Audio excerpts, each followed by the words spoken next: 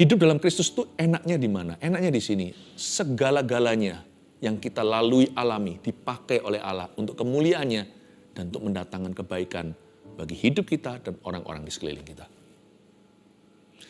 Tapi kalau hidup di luar Tuhan itu nggak enak. Sekalipun bisa sukses, siapa bilang kalau orang menentang Tuhan itu nggak bisa berhasil hidupnya? Bisa secara finansil, bisa populer. Pemelihara kami, Yesus Kristus Tuhan, Gembala kami yang baik. Kami serahkan jiwa kami kepadamu. Kami tahu ya Tuhan, Kau sedang memikirkan kami. Kami tahu ya Tuhan, kami ada di pusat pikiran dan hatimu, Yesus. Terima kasih Tuhan, sampaikan sabdamu, celikan setiap mata rohani yang buta. Sembuhkanlah yang sakit, hamba berdoa. Selamatkan yang terhilang. Sembunyikan hambamu di balik salibmu, waktu firman dibagikan. Bapa, terima kasih, I love you. Dalam nama Yesus, haleluya, amin. Puji Tuhan. Saudara yang belum subscribe ke channel ini, segera lakukan. Firman yang hari ini dibagikan bukan satu-satunya, sebelumnya sudah banyak. Nanti ke depan juga Tuhan berkenan terus diadakan, jangan ketinggalan. Hari ini kita akan mempelajari suatu pesan sederhana, saya kasih judul Rencana Terindah Bagi Kita. Roma 8 ayat 28 sampai 31, mari kita buka. Sadarkah bahwa Tuhan itu memikirkan kita 24 jam seharinya kita? 7 hari seminggu, 365 hari setahun, pikirannya tertuju kepada Anda dan saya. Dan Tuhan itu nggak ada kejahatan di dalamnya. Kegelapan nggak bisa tahan. Tuhan itu terang. Jadi, kalau manusia bisa punya pikiran busuk sama sesamanya, minimal nggak tulus hati. Tuhan kita selalu tulus. Dialah Yesus. Dan dia selalu baik. Hanya karena ada penderitaan di dunia, kita seringkali curiga. Tapi sebenarnya tidak pernah Tuhan itu rancangan yang demikian. Bukankah dunia menjadi seperti ini hari ini karena dosa Adam dan Hawa? Dan dosanya Anda dan saya. God is always good. Gak pernah loh, sama sekali dia itu ada pikiran gimana sama kita, itu gak ada. Apalagi kalau dia bisa devise an evil plan, atau bisa mendesain suatu rancangan jahat, itu gak mungkin Tuhan. Percaya itu dulu. Ini pengetahuan umum dalam firman. Ini pengenalan akan Allah yang sangat mendasar.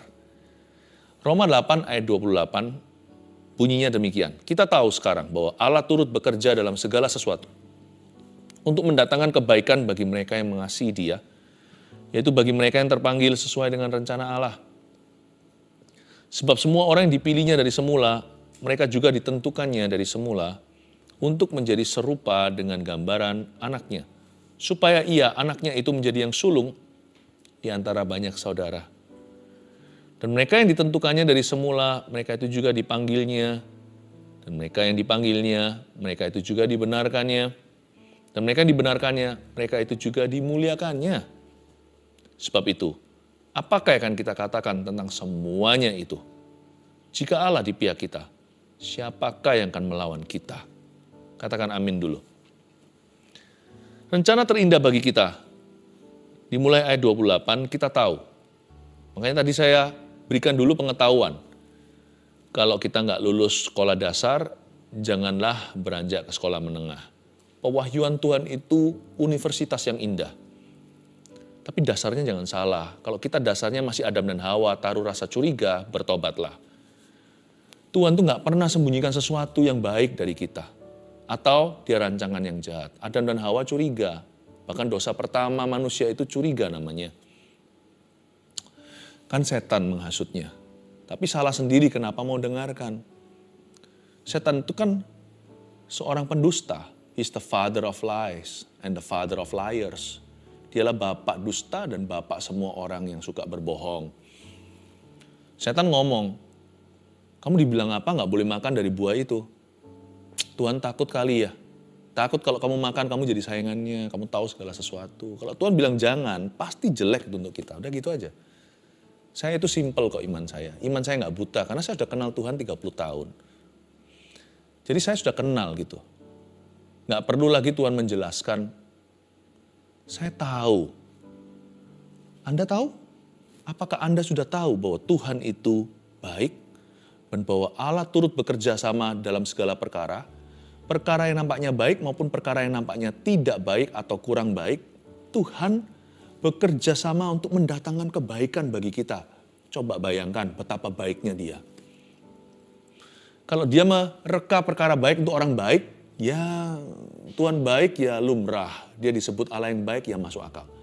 Tapi kalau Tuhan mengusahakan yang baik untuk orang yang gak baik seperti Anda dan saya, untuk orang-orang jahat seperti kita ini, orang berdosa, wah super baik.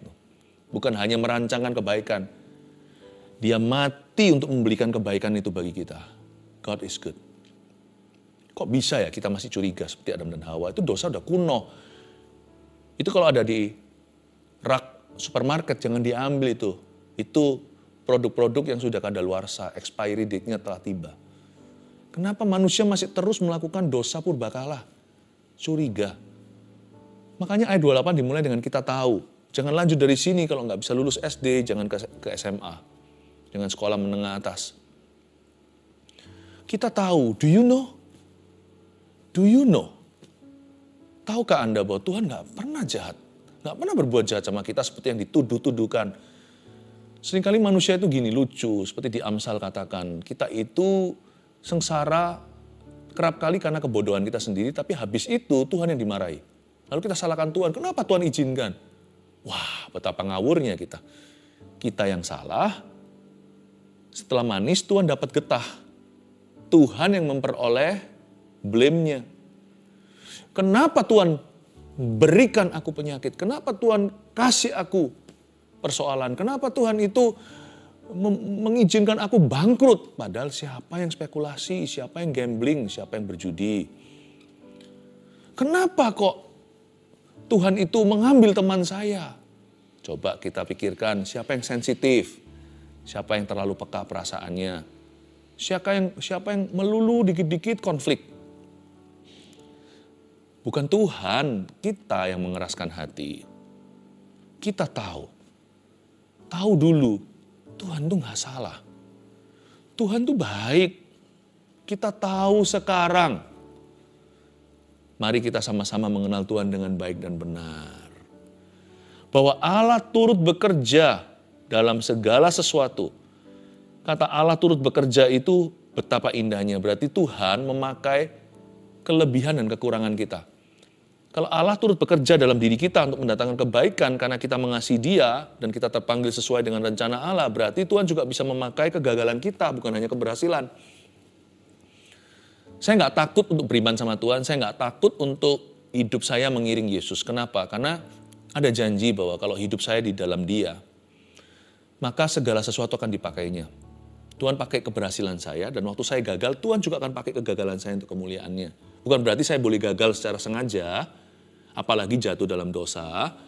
Tapi sekalipun meskipun kalau saya jatuh dalam sebuah dosa, kesalahan, kecerobohan, kebodohan pun Tuhan bisa pakai itu untuk mendatangkan kebaikan untuk saya. Untuk orang lain juga. Tapi sekali lagi ya, jangan sengaja untuk jatuh dalam dosa. Hidup dalam Kristus itu enaknya di mana? Enaknya di sini. Segala-galanya yang kita lalui alami dipakai oleh Allah untuk kemuliaannya dan untuk mendatangkan kebaikan bagi hidup kita dan orang-orang di sekeliling kita. Tapi kalau hidup di luar Tuhan itu nggak enak. Sekalipun bisa sukses, siapa bilang kalau orang menentang Tuhan itu nggak bisa berhasil hidupnya? Bisa secara finansil, bisa populer. Orang sedikit nyentik aja mau gila, wah dia bisa viral kemana-mana. Nggak tentu popularitas itu dari Tuhan.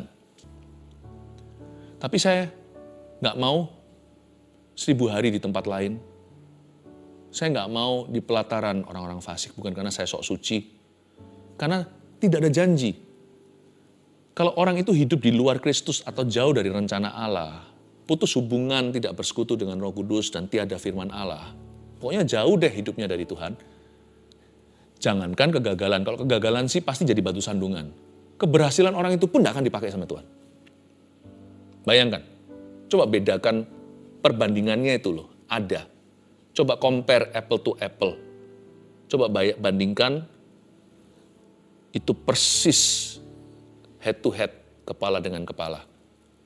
Orang yang hidupnya di luar rencana Allah, orang yang tidak mengasihi Tuhan secara sengaja, yang menentang jalan-jalan Tuhan, yang hidupnya jauh dari hadirat-Nya, orang-orang yang tidak mau taat pada firman-Nya, orang-orang seperti ini, kegagalannya pasti tidak bisa dipakai untuk apa-apa. Karena mau nggak mau hidup orang yang jauh dari Tuhan pasti jadi batu sandungan. Tetapi keberhasilannya pun tidak akan dipakainya. Itulah bukti kenapa ada orang-orang yang sekalipun sukses finansialnya, keluarganya berantakan. Dia berhasil, tapi dalam keberhasilannya tidak ada kemuliaan Allah, tidak ada rencana apa-apa. Di dalam keberhasilannya tidak ada purpose, tidak ada tujuan di dalamnya. Sehingga sekalipun dia sepertinya berhasil secara harta, dia sukses secara karir, tapi suksesnya itu menjadi kutuk bagi family. Saya nggak mau sih begitu, nggak mau. Ada orang tenar, populer, semua orang kenal, tapi hidupnya menjadi pengaruh negatif dan buruk bagi orang-orang muda, membuat pusing banyak papa mama, anak-anaknya memberontak akibat hasil karyanya. Baik itu lagu, baik itu whatever, apapun juga yang trendy di dunia ini. Allah tidak bekerja dalam hidup orang, sangat memungkinkan orang tersebut akan dipakai oleh iblis atau setan. Tapi kalau saya ikut Yesus sekalipun saya bisa gagal, saya tetap komitmen untuk ikut Tuhan. Jatuh bangun saya serahkan, kalau bisa jangan jatuh, kalau bisa bangun terus atau bangun melulu. Tapi pokoknya saya serahkan diri saya dulu. Saya nggak akan ragu untuk percaya Yesus terima Tuhan. Saya nggak akan ragu untuk dibaptis. Baptis selam, baptisan pertobatan. Saya nggak peduli apa kata dunia. Saya nggak mau lagi digoda dengan pikiran nanti setelah dibaptis. Nggak boleh ini, nggak boleh itu. Kalau setelah dibaptis apakah saya bisa bertahan ya? Apakah saya bisa setia ya? Peduli amat. Kalau Tuhan perintahkan saya jalan. Saya nggak akan ragu atau bimbang saya ke gereja, ikut pelayanan, belajar firman. Saya nggak akan mikir dua kali untuk saya saat teduh pribadi atau saat teduh bersama. Kenapa? Kalau ikut Tuhan itu ada janji, kegagalan pun akan dipakainya. Kekurangan kelemahan kita pun ada rencana Allah di dalamnya. Hebat dan indah mengikut Tuhan. Ayat 29. Sebab semua orang yang dipilihnya dari semula, mereka juga ditentukannya dari semula untuk menjadi serupa dengan gambaran anaknya. Supaya ia anaknya itu menjadi yang sulung di antara banyak saudara. Kita ulang, ayat 29. Sebab semua orang yang dipilihnya, itu Anda dan saya. Mereka juga ditentukannya dari semula. Ditentukan untuk apa ya? Jadi pendeta? Enggak semua orang. Jadi jangan takut kalau saya terlalu dekat sama Tuhan, kalau saya bangun kerohanian nanti saya jadi pendeta. Pendeta itu panggilan, kalau nggak terpanggil jangan.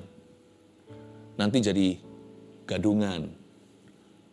Jadi pengusaha juga panggilan, jadi ibu rumah tangga, jadi mahasiswa. Semua kita punya panggilan yang berbeda-beda. Sama aja profesinya pun karunianya nggak sama. Jadi di sini maksudnya apa? Kalau kita dipilihnya dari semula, kita ditentukannya dari semula untuk ditentukan itu apa? Lihat ya, satu kesamaan semua anak Tuhan.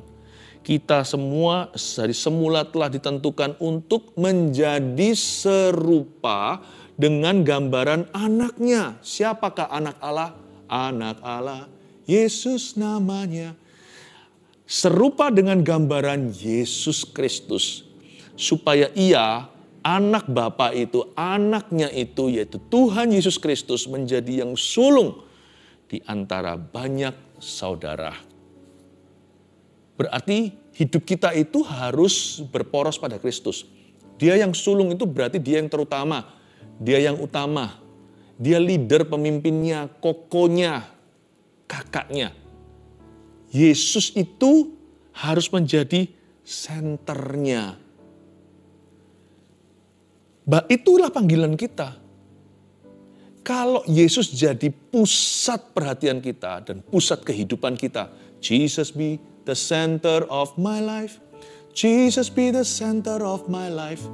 From beginning to the end, it's always been you, Jesus. Jesus, Jesus. Kalau Yesus menjadi pusat perhatian dan pusat kehidupan kita, Maka nggak bisa nggak. Sekalipun kita ini manusia yang penuh kelemahan bahkan kegagalan, hidup kita pasti dipenuhi dengan rencana terindah dari Bapa. Karena jelas-jelas inilah DNA, inilah pakemnya, inilah standarnya.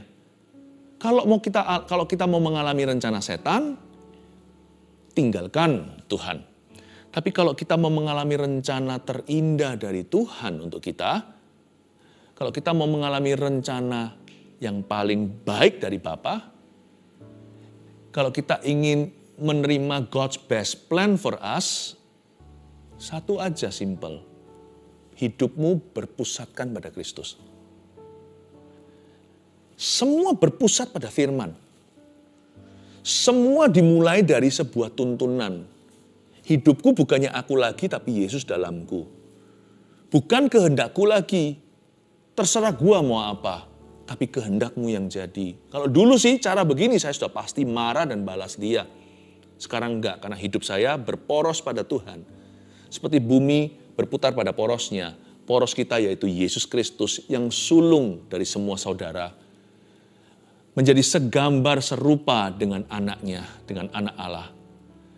Baik itu firman-Nya, pengajarannya, Injil teladannya, mujizatnya, pengajarannya, perintah-perintah dan peringatannya, itu jadi pusat kehidupan kita. Hidup kita itu dipenuhi dengan Yesus, Yesus, Yesus, Yesus.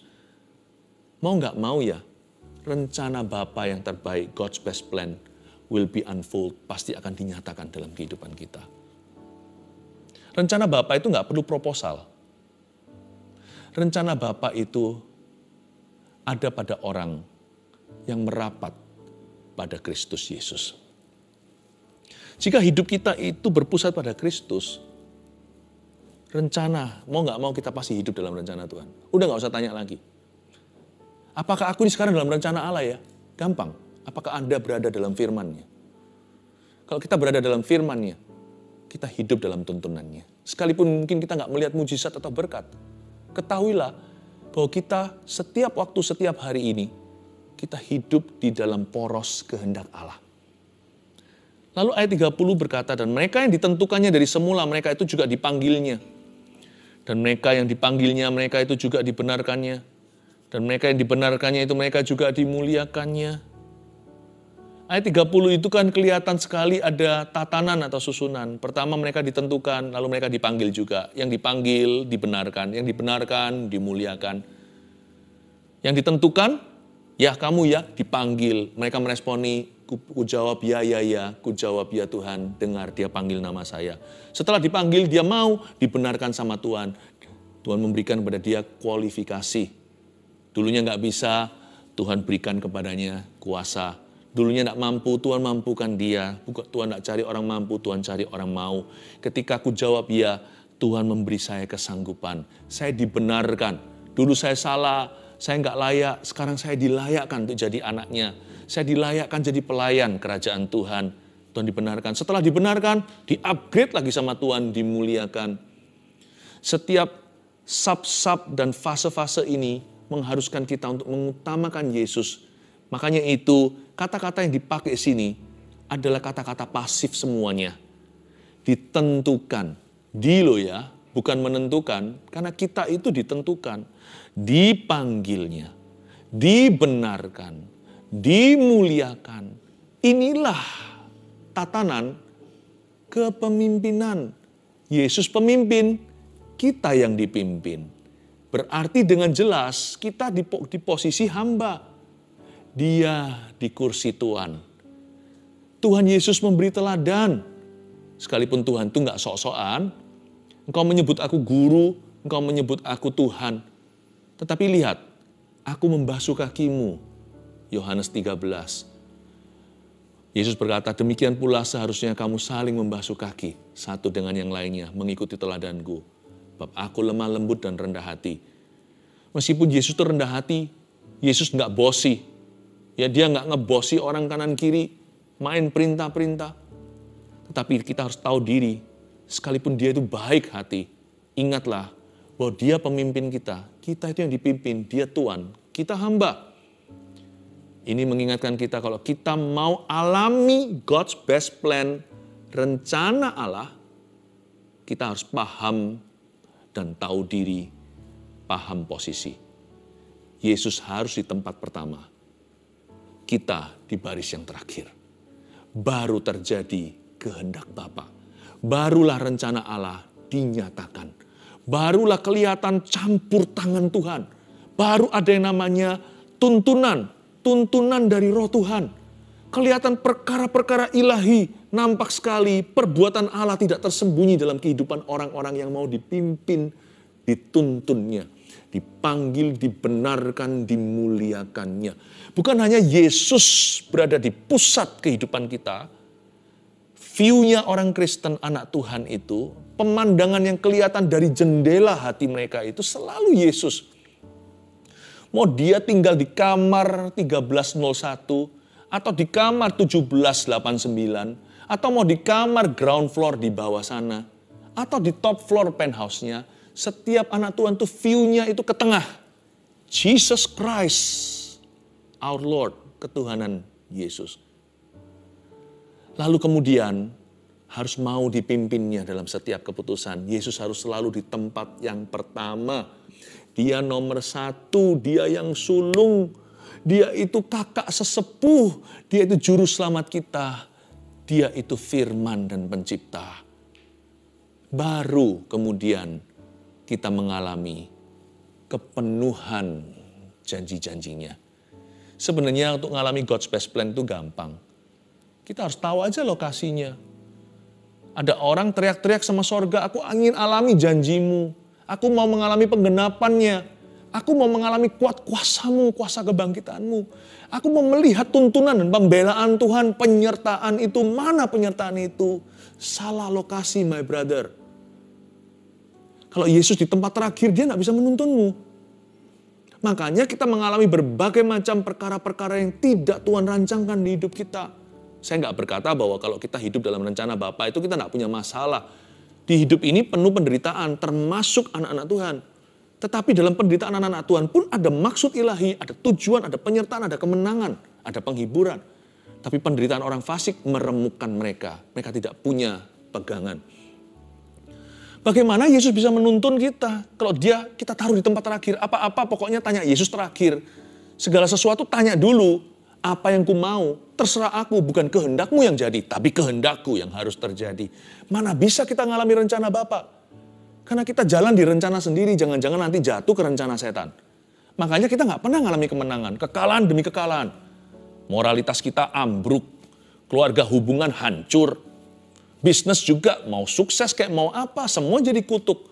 Belum lagi yang termasuk bisnis kita jalan nggak ada penyertaan, nubruk. Pelayanan juga tidak ngalami apa-apa. Saya nggak berkata bahwa pelayanan bisa diukur hanya dengan buah yang kelihatan. Sebab di kitab Habakuk dikatakan sekalipun pohon ara tidak berbuah, pohon anggur tidak ada buahnya, pohon ara tidak berbunga. Tetapi kalau orang itu pelayanannya dituntun sama Kristus, sekalipun belum melihat hasil langsung, orang itu akan mengalami sebuah pewahyuan indah di dalam dirinya. Tidak ada orang bisa menyangkali kehidupannya berubah. Dan kelihatan sekali jadi saksi. Sekalipun belum ada hasil yang nampak dari pelayanannya. Mungkin nabur belum menuai apa-apa. Tapi orang itu gak akan jadi batu sandungan, dia akan jadi teladan. Tapi lihat, kalau hidup tidak dituntun Kristus, apa yang terjadi? Senggol kiri, senggol kanan. Kiri kanan bukan kulihat ada pohon cemara, kiri kanan ada luka batin semua. Belum lagi termasuk jikalau sudah waktunya menuai. Karena kita tidak disertai oleh Tuhan. Apapun yang kita kerjakan gagal, seperti bangsa Israel perjanjian lama, pergi perang, bahkan bawa tabut perjanjian pernah sekali diculik tuh tabut. Mereka pergi dan bandel aja, padahal Tuhan sudah bilang jangan, Tuhan tidak berkenan, sikat, dan mereka dihajar, mereka gagal, serangan mereka ke selatan, matinya banyak. Belum lagi Tuhan tidak sertai perangmu. Tuhan tidak ada in your battlefield. Wah, berat ya. Mana bisa Tuhan beri kemenangan? Kalau panglimanya bukan Kristus, Kristus disuruh jadi budak kita. Suruh jadi sinterklas. Pokoknya aku mau apa ya, kabulkan. Kalau kita mau menang, Yosua di depan, kalau kita lihat tanah Kanaan, cerita di perjanjian lama setelah Musa ketika mereka rebut tanah perjanjian, Yosua di depan. Yosua itu adalah nama itu sama artinya dengan nama Yesus. Meskipun ini orang yang beda ya, Yesus anak Allah, ini Yosua perjanjian lama. Tapi itu secara simbolis mengingatkan kita kalau kita mau merebut apapun yang Tuhan katakan menjadi milik kita, Yesus di depan. Kehendaknya harus overrule mengalahkan kehendakmu. Taat itu enggak ada obatnya. Tidak ada pengganti untuk penundukan diri kepada firman-Nya. Lihat kisah para rasul terjadi mujizat. Kenapa? Paulus dituntun, Petrus dituntun. Siapa yang menuntun di depan? Roh Kudus. Kalau Tuhan bilang jangan, Paulus pun mau nabrak nggak bisa. Pergi ke Asia Bitinia dilarang sama Roh Tuhan. Siapa di depan? Bukan sang rasul, tapi Tuhan. Hidup kita bukan hanya berpusat pada porosnya. Tapi setiap keputusan Tuhan harus di depan. Berarti Tuhan harus di tempat yang pertama hidupmu. Saya selalu berkata gini, Tuhan itu punya kata awal dan kata akhir alfa omega dalam hidup saya. Apa-apa saya tanya Tuhan dulu. Lalu terakhir nanti Tuhan yang ketok palu. Lalu diantaranya apakah boleh penuh dengan, apakah di tengah-tengahnya itu saya bisa putusin sendiri? Juga enggak. Tengah-tengah itu saya jalani jalur firman. Jadi sebenarnya Tuhan bukan di tempat pertama. Tuhan bukan di tempat terakhir. Dalam hidup orang percaya, kamus kita, Tuhan itu adalah jalan. Dari awal sampai akhir, dari pintu rumah kembali lagi ke pintu itu, Tuhan, Tuhan, Tuhan, Tuhan, Tuhan, Tuhan, Tuhan. Tuhan terus. Bukan berarti kalau kita keluar lalu selalu dikit-dikit Tuhan, Tuhan. Enggak juga ya, kita harus bijaksana. Tetapi di hati itu loh harus Tuhan penuh. Meskipun nanti kalau di masyarakat kita harus bisa membawa diri, harus proporsional semuanya. Ada waktunya bersaksi, ada waktunya bekerja. Tuhan harus di tempat pertama. Baru kita ngalami rencananya. Nah, apalagi God's best plan bisa terjadi kalau kita tahu menempatkan diri. Kalau kita tahu menaruh posisi, menempatkan diri. Kuda-kudanya itu pas. Karena lokasi mengalami rencana Allah ada pada Yesus di tempat pertama. Dan Yesus adalah pusatnya. Percaya garansi, tidak perlu merengek ke sorga. Orang yang menaruh Yesus di tengah hidupnya sebagai senter segala sesuatu. Dan orang yang mengizinkan Yesus di tempat pertama dalam segala keputusannya. Gak usah minta, orang itu sedang berjalan dalam rencana Allah. Yang terakhir ayat 31, sebab itu siapakah yang akan kita katakan, apakah yang akan kita katakan tentang semuanya itu? Jika Allah di pihak kita, siapakah yang akan melawan kita? Rencana terindah bagi kita itu, yang terakhir jika Allah di pihak kita. Nanti ya saya kasih rangkumannya. Jika Allah di pihak kita, maksud saya apa? Maksudnya begini. Kalau tadi Tuhan sudah ada di porosnya, Tuhan di tempat pertama, ini hidupmu sudah jadi kepentingan sorga, bukan kepentinganmu. Sudah jadi kepentingan Tuhan. Allah yang bela, siapa lawan dia? Lebih dari pemenang, dalam segala hal, ku pasti dapat lakukan semua.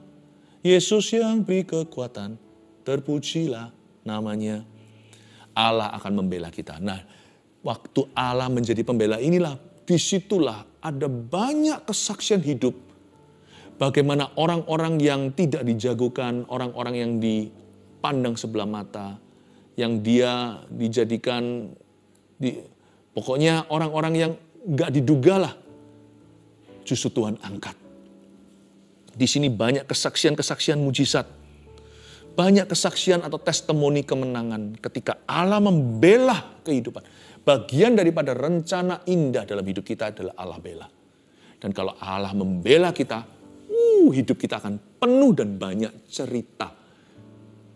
Di dalam hidup ini, kalau Tuhan campur tangan, ada banyak plot twist-nya. Kalau kita lagi nonton sinetron atau kita nonton satu movie yang sutradaranya kawakan gitu, kita nggak bisa menebak nanti ini ujungnya gimana. Ternyata putar baliknya itu loh hebat. Makanya film itu box office.